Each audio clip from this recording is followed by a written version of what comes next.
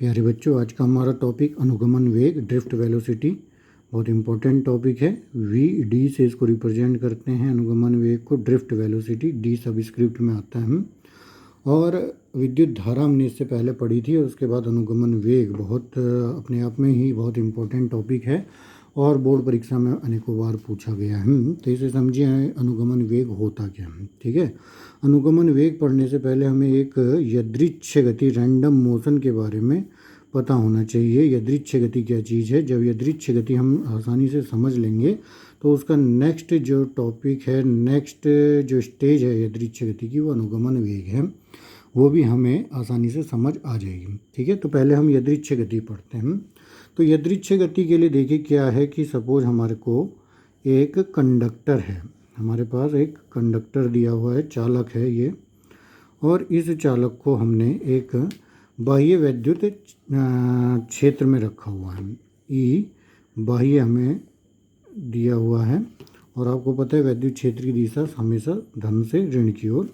तो इस डायरेक्शन में हमारा एक बाह्य विद्युत क्षेत्र है, और इस बाह्य विद्युत क्षेत्र में चालक रखा हुआ है। ठीक है, हमने पहले भी बहुत बार पढ़ा है कि ये चालक को जब हम बाह्य विद्युत क्षेत्र में रखते हैं तो चालक के अंदर जो नेट विद्युत क्षेत्र होता है वो शून्य होता है।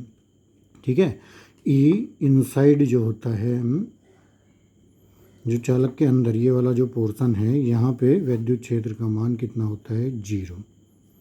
ठीक है, ई इनसाइड 0 होता है। ये क्यों होता है ये मैं आपको फिर दोबारा से समझा देता हूँ। देखिए क्या होता है, जब भी चालक को बाह्य विद्युत क्षेत्र में रखते हैं तो चालक के अंदर मुक्त इलेक्ट्रॉन होते हैं, और बाह्य विद्युत क्षेत्र के यहाँ पे धन सिरा है, बाह्य विद्युत क्षेत्र का यहाँ ऋण सिरा है। तो जो भी इसके मुक्त इलेक्ट्रॉन होंगे वो धन सिरे की ओर आकर्षित होते हैं, और यहाँ धन सिरे की ओर सारे मुक्त इलेक्ट्रॉन इकट्ठे हो जाते हैं। ठीक है, और जो बचे हुए धन आवेश हैं वो अन्य सिरे की ओर जमा हो जाते हैं। ठीक है, इससे क्या होता है कि एक सिरे में सारे धनावेश इकट्ठे हो जाते हैं और एक सिरे में सारे ऋण आवेश इकट्ठे हो जाते हैं। ध्यान रखना, मैं बार बार बोल रहा हूँ, इकट्ठे हो जाते हैं। इकट्ठे होने का मतलब जम जाते हैं, एक्यूमुलेट हो जाते हैं। ठीक है, तो एक्यूमुलेशन के कारण यहाँ पे सारे धनावेश इकट्ठे हो गए, यहाँ सारे ऋणावेश इकट्ठे हो गए। तो एक्यूमुलेशन जो है ये, इसके कारण इसके अंदर एक आपको दिख रहा है धन से ऋण की तरफ एक और विद्युत क्षेत्र उत्पन्न हो जाता है। ठीक है, बाह्य वाला तो हमने लगाया था, पॉजिटिव टू नेगेटिव ये था, लेकिन अब जब पॉजिटिव इधर बन गया, नेगेटिव इधर बन गया, तो इसके अंदर भी एक अन्य विद्युत क्षेत्र उत्पन्न हो जाता है, जिसे ई इंड्यूस्ड बोलते हैं, जो कि प्रेरित विद्युत वाहक बल या प्रेरित विद्युत क्षेत्र बोलते हैं। तो ये क्या होता है, इसी बाह्य जो विद्युत क्षेत्र के कारण ही ये उत्पन्न हुआ, इसके प्रेरण से ही ये उत्पन्न हुआ। क्या हुआ, जैसे ही हमने इसको बाह्य विद्युत क्षेत्र में रखा, सारे ऋणावेश इधर इकट्ठे हो गए, धनावेश इधर इकट्ठे हो गए, और इसके अंदर भी पॉजिटिव टू नेगेटिव एक इंड्यूस्ड विद्युत क्षेत्र उत्पन्न हो गया। ठीक है, और हम क्या देखते हैं चालक के केस में, स्पेशल चालक के केस में क्या होता है कि जितना ये बाह्य विद्युत क्षेत्र है उतना ही ये ई इंड्यूस्ड उत्पन्न होता है। ठीक है, अगर ये 10 है तो ये भी 10 है, ये 5 है तो ये भी 5 हो जाता है।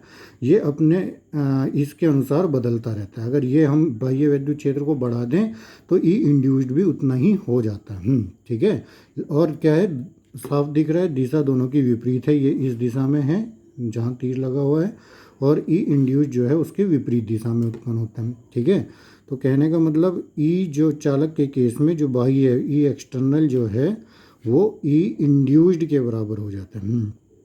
प्रेरित के कारण उत्पन्न जो विद्युत क्षेत्र है, प्रेरण के कारण जो उत्पन्न विद्युत क्षेत्र है उसके बराबर हो जाता है। और साथ में क्या होता है, निगेटिव, ऋणात्मक क्यों बताया? क्योंकि दोनों की दिशा अलग अलग दिखाई दे रही है। ठीक है, तो इस कारण से अगर हम टोटल ई आंतरिक देखें, ई इनसाइड देखें नेट,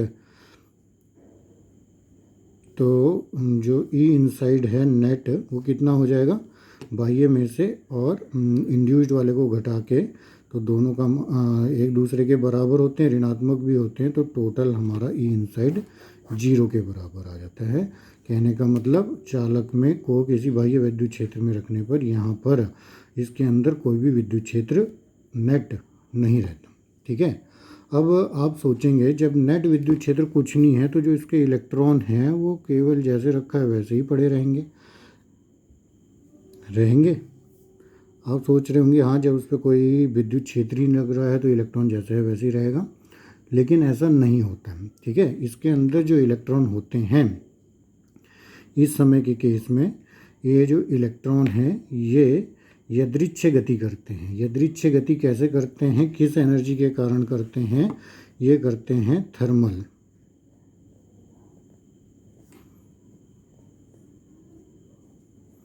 ऊष्मीय ऊर्जा थर्मल एनर्जी के कारण ये इलेक्ट्रॉन अब गति करते हैं। देखिए क्या होता है, इसके बाहर का टेम्परेचर अलग होगा, इसके अंदर का टेम्परेचर अलग होगा। ठीक है, मान लो बाहर इसका टेम्परेचर 28 डिग्री है और अंदर इसका 25 डिग्री है, तो दोनों के टेम्परेचर में अंतर है। ठीक है, टेम्परेचर में अंतर होने के कारण ये इलेक्ट्रॉन जो है अब अपनी स्थिति में नहीं रहता, भले ही इसमें विद्युत क्षेत्र नहीं लग रहा है, इनसाइड नेट जीरो है, कोई विद्युत क्षेत्र नहीं लग रहा है, लेकिन क्या होता है, ये थर्मल एनर्जी के कारण, क्योंकि ताप में अंतर होता है, ताप में अंतर के कारण ये इलेक्ट्रॉन अब क्या करता है, गति करता है। ठीक है, और ये गति इसकी बहुत तीव्र गति होती है, लगभग 10⁴ से लेके और 10⁵ मीटर प्रति सेकंड। आप समझ रहे होंगे बहुत तीव्र गति है, 10⁴ से और 10⁵ मीटर प्रति सेकंड के बीच में ये थर्मल ऊर्जा के कारण गति करता है। ठीक है, तो जितने भी इलेक्ट्रॉन इसमें होते हैं इस समय वो अट्रैंडम इधर उधर अपनी मर्जी के अनुसार जहाँ मर्जी वहाँ को किस एनर्जी के कारण, थर्मल एनर्जी के कारण गति करते हैं। और कितनी गति होती है उनकी आपको साफ दिख रहा है, 10⁴ से 10⁵ मीटर प्रति सेकंड। ठीक है, और यही गति को क्या गति कहलाती है, उनकी यादृच्छिक गति कहलाती है। समझ गए होंगे यादृच्छिक गति क्या है प्यारे बच्चों, एक बार दोबारा जल्दी से देख लीजिए। हमें एक चालक था, इस चालक को हमने बाह्य विद्युत क्षेत्र में रखा था। जैसे हमने इस चालक को बाह्य विद्युत क्षेत्र में रखा तो इसके एक सिरे पर सारे ऋण आवेश इकट्ठे हो गए और एक सिरे पर सारे धन आवेश इकट्ठे हो गए, जिसके कारण एक आंतरिक विद्युत वाहक बल या आंतरिक विद्युत क्षेत्र उत्पन्न हो गया, ई इंड्यूस्ड उत्पन्न हो गया। ठीक है, और हम क्या देखते हैं, चालक के केस में जितना बाह्य हमने विद्युत क्षेत्र लगाया था और उतना ही आंतरिक ई इंड्यूस्ड उत्पन्न होता है। ठीक है, और दोनों एक दूसरे के विपरीत दिशा में होते तो हमने यहाँ पे माइनस करा, तो जो नेट विद्युत क्षेत्र आता है वो इसमें से इसको माइनस करने पे प्राप्त हो जाता है, तो ई इनसाइड जो नेट आता है वो कितना मिलता है, 0 मिलता है। ठीक है, तो क्या पता चला कि इस स्थिति में इसके अंदर कोई भी विद्युत क्षेत्र नहीं रहता है। लेकिन जब विद्युत क्षेत्र 0 है तो इसके इलेक्ट्रॉन एक जगह पे स्थिर रहने चाहिए, नहीं रहते। क्यों नहीं रहते, क्योंकि थर्मल ऊर्जा के कारण, थर्मल एनर्जी के कारण इलेक्ट्रॉन मूव करते हैं। बाह्य वातावरण और अंदर के टेम्परेचर में कुछ अंतर होता है जिसके कारण इलेक्ट्रॉन मूव करते हैं, और एक इलेक्ट्रॉन ही सारे इलेक्ट्रॉन मूव करते हैं थर्मल एनर्जी के कारण। और मूव करते हैं, और कैसे मूव करते हैं, कितने वेग से, 10⁴ से 10⁵ मीटर प्रति सेकंड प्रत्येक इलेक्ट्रॉन। एक इलेक्ट्रॉन जो ये है, जितने भी इसके इलेक्ट्रॉन हैं वो इसी गति से मूव करते हैं। और ये गति बहुत छोटी बहुत ही गति नहीं है, बहुत बड़ी गति है, 10⁵ से 10⁵ मीटर प्रति सेकंड। ठीक है, तो जब मूव कर रहे हैं इलेक्ट्रॉन तो उनकी जो गति कहलाएगी वो गति क्या कहलाएगी, यादृच्छिक गति कहलाएगी। ठीक है, अभी इसमें एक चीज़ और समझिए। देखिए सपोज ये आपका एक इलेक्ट्रॉन है, ये इलेक्ट्रॉन सपोज इस डायरेक्शन में u1 वेलोसिटी से मूव कर रहा है। ठीक है, दूसरा इलेक्ट्रॉन इस डायरेक्शन में u2 वेलोसिटी से मूव कर रहा है, तीसरा इस डायरेक्शन में u3 वेलोसिटी से, चौथा इस डायरेक्शन में u4 गति से मूव कर रहा है। ठीक है, तो जब हम इनका नेट देखें, u एवरेज देखें कितने एवरेज से ये गति कर रहा है, तो u एवरेज जो होगा वो सबका u1 + u2 + u3 सबको जोड़ेंगे कहाँ तक, un तक, और n से इसको डिवाइड करेंगे तो हम देखते हैं u एवरेज जो होता है वो किसके बराबर होता है, 0 के बराबर होता है।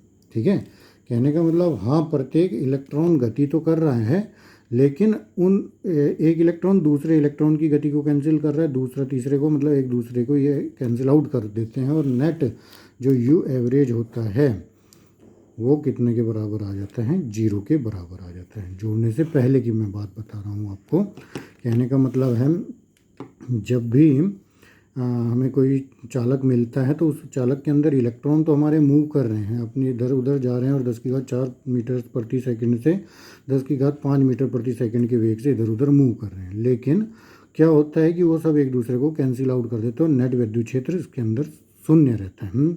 नेट जो ऊर्जा है उसके इलेक्ट्रॉनों का वेग है वो शून्य रहता है। ठीक है, यही कारण है कि जब नॉर्मल अवस्था में हमको कोई चालक मिलता है तो उसमें हम हाथ लगाते हैं तो हमें करंट नहीं लगता है। क्यों नहीं लगता है करंट? क्योंकि जितना भी उसके अंदर इलेक्ट्रॉन है, इलेक्ट्रॉन गति करते हैं और जब इलेक्ट्रॉन गति करते हैं तो आपको पता है भाई करंट उत्पन्न होता है। ठीक है, तो जब इलेक्ट्रॉन गति कर रहे हैं लेकिन क्या होता है वो सब एक दूसरे की गति को कैंसिल आउट कर देते हैं, तो नेट उसमें जो करंट है वो शून्य हो जाता है। ठीक है, तो ये नॉर्मल अवस्था में कहानी ये होती है। यादृच्छ गति आप समझ गए होंगे कि प्रत्येक इलेक्ट्रॉन अपनी मर्जी से इधर उधर मूव करते हैं। ठीक है, अब सेकंड केस जो कि हमारा बहुत इंपॉर्टेंट टॉपिक अनुगमन वेग है, उस वहाँ पर हम पहुँचते हैं।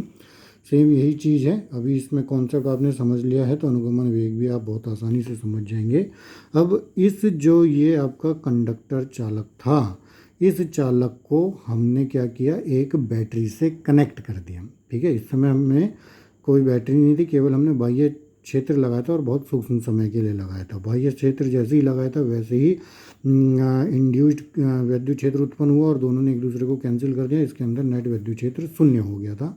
अब हमने इसको जो ये चालक है, इस चालक को क्या करा, एक बाह्य बैटरी से कनेक्ट कर दिया। ठीक है, देखिए कनेक्ट करने पे क्या होता है और कैसे अनुगमन वेग प्राप्त होता है, क्या अनुगमन वेग होता है वो देखिए।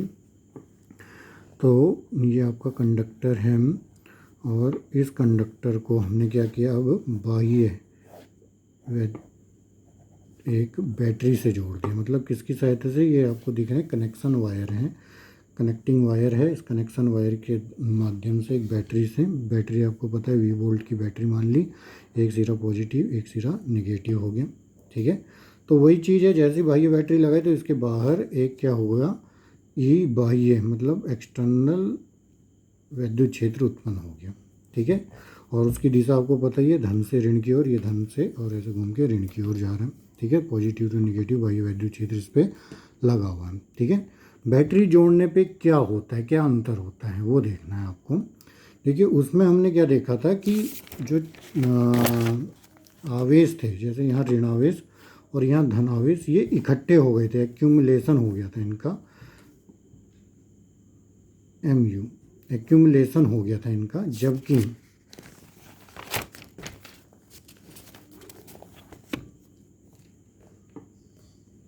फोन ओवर हीटिंग, इसका हम अब नेक्स्ट वीडियो में आपको बताते हैं।